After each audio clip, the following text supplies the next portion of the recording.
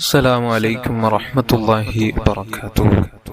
ബഹുമാനികളും, ഇന്നത്തെ ക്ലാസ്സിൽ പരിചയപ്പെടുത്താൻ പോകുന്ന അതിപ്രധാനപ്പെട്ട ഒരു മഹത്വമുള്ള അള്ളാഹുവിൻ്റെ നാമത്തെ കുറിച്ചാണ്. ഹബീബായ സ്വല്ലല്ലാഹു അലൈഹി വസല്ലമ തങ്ങൾ പഠിപ്പിച്ച ഒരു വിഷയമാണ്. മഹാനായ ഇമാം ബുഖാരി റളിയല്ലാഹു അൻഹു റിപ്പോർട്ട് ചെയ്യുന്ന ഹദീസിൽ കാണാം, ഇന്ന ലില്ലാഹി തിസ്അതൻ വതിസ്ഈന ഇസ്മൻ മിഅതൻ ഇല്ലാ വാഹിദ മൻ അഹ്സാഹ ദഖലൽ ജന്ന. എത്ര നല്ല ഹദീസാണ്.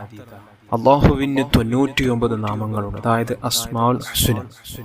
അസ്മാഉൽ ഹുസ്ന ഒരാൾ മനഃപ്പാഠമാക്കിയാൽ ദഖലൽ ജന്ന, സ്വർഗത്തിൽ അദ്ദേഹം പ്രവേശിച്ചു കഴിഞ്ഞു എന്നാണ് ഹബീബായ തങ്ങൾ നമുക്ക് അവിടെ നിന്ന് പഠിപ്പിച്ചു തന്ന ശൈലി.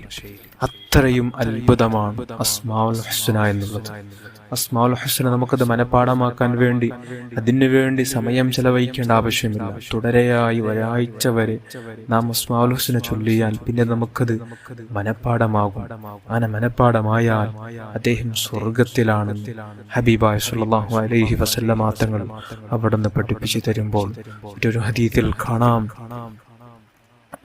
ഒരാൾ അസ്മാഉൽ ഹുസ്ന ചൊല്ലി അല്ലാഹുവിനോട് എന്തു ചോദിച്ചാലും ആ ചോദ്യത്തിന് ഉത്തരം ലഭിച്ചിരിക്കും. ഉത്തരം ലഭിച്ചിട്ടല്ലാതെ അദ്ദേഹത്തിന്റെ ചോദ്യം അവിടെ അവസാനിക്കില്ല. അത്രയും അത്ഭുതമാണ് അസ്മാഉൽ ഹുസ്ന എന്നുള്ളത്. ദിവസവും അസ്മാഉൽ ഹുസ്ന ചൊല്ലുന്നവരാകണം പല ഉമ്മമാർ ജീവിതത്തിൽ പകർത്തി വരുന്ന, ദിവസവും ചൊല്ലി വരുന്ന, ദിവസവും ഓരോ നിസ്കാരങ്ങൾക്ക് ശേഷം വരെ ചൊല്ലി വരുന്ന സഹോദരിമാർ, ഉമ്മമാർ നമ്മുടെ കൂട്ടത്തിലുണ്ട്. അല്ലാഹു അവർക്ക് വീണ്ടും അവരുടെ ജീവിതത്തിൽ ഇനിയും അത് ജീവിതത്തിൽ മരണം വരേക്കും കൊണ്ടു നടക്കാനുള്ള, തുടരെയായി ചൊല്ലാനുള്ള തൗഫീഖ് അല്ലാഹുത്തോട് കൊടുത്ത് നമുക്കും ഇനി ചൊല്ലാനുള്ള ഭാഗ്യം അല്ലാഹു തആല അനുഗ്രഹിക്കട്ടെ. ആമീൻ യാ റബ്ബൽ ആലമീൻ. എല്ലാവരും അസ്മാഉൽ ഹുസ്ന ജീവിതത്തിൽ പകർത്തണം.